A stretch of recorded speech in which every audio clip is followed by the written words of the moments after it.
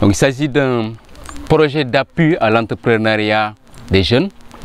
On parle beaucoup de projets d'appui à l'entrepreneuriat des jeunes, mais celui-ci a la particularité d'avoir une intervention structurée. Une intervention structurée dès lors qu'elle associe deux approches. On a démarré par un renforcement de capacité sur les techniques et pratiques entrepreneuriales, sur le parcours entrepreneurial, de l'idéation du projet au démarrage à la croissance, mais aussi les différentes étapes de croissance d'une entreprise. Comment est-ce que les jeunes peuvent manager leur propre entreprise à partir des outils assez simplifiés. Alors, dans le partage de ces connaissances, nous avons travaillé avec l'École des entrepreneurs du Québec, qui n'a pas formé directement les entrepreneurs, mais qui a d'abord travaillé à renforcer les compétences de conseillers formateurs, c'est-à-dire des ressources humaines locales, qui ont acquis ces connaissances, ces outils, qui les ont partagés avec les entrepreneurs, mais de façon locale, même en langue locale, ce qui a facilité un peu donc, cette appropriation de ces outils. La deuxième composante de ce projet, c'était de voir comment les aider à faire une exploitation optimale des ressources naturelles, et donc comment associer développement économique et résilience face au changement climatique.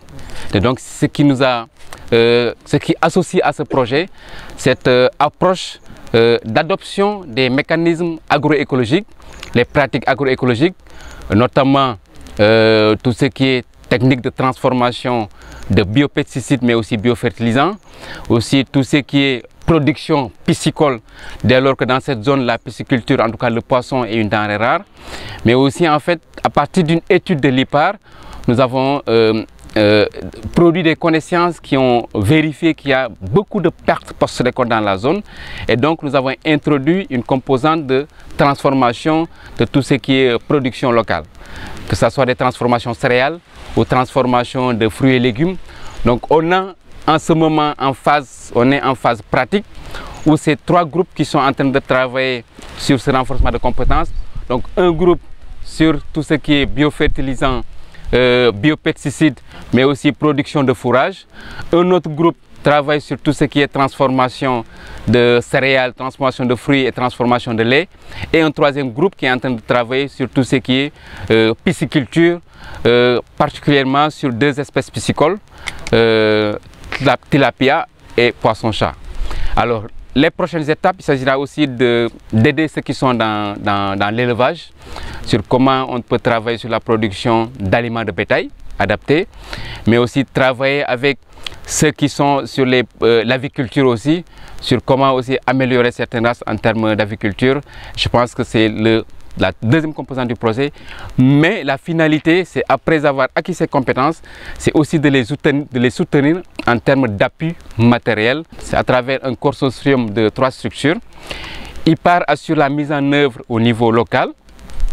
La coordination internationale, c'est le secrétariat international de l'eau, et l'institution qui assure le partage des connaissances, c'est l'École des entrepreneurs du Québec, qui est aussi appuyée par le gouvernement, en tout cas qui est reconnue au niveau Québec comme la structure, l'institution officielle sur les compétences partenariales.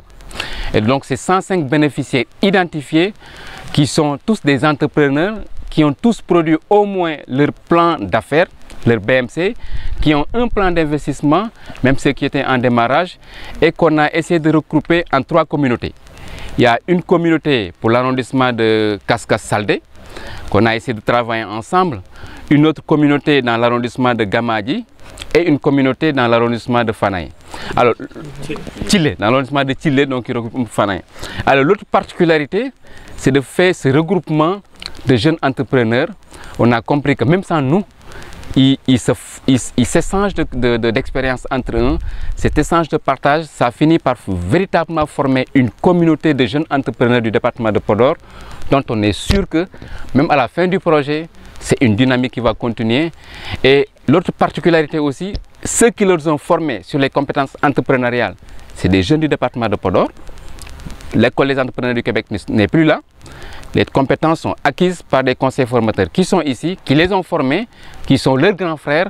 Donc au-delà du projet, je pense que ce processus va démarrer. Ceux qui les ont formés aussi sur les pratiques et techniques agroécologiques, c'est les jeunes du département. Donc aussi c'est des compétences qui sont là, qui sont acquises, qui devraient continuer au-delà du projet.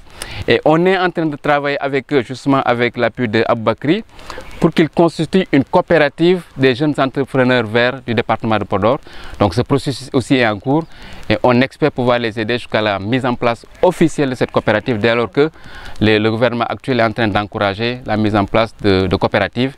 On espère que ça va être une coopérative de jeunes orientée entrepreneuriat vert.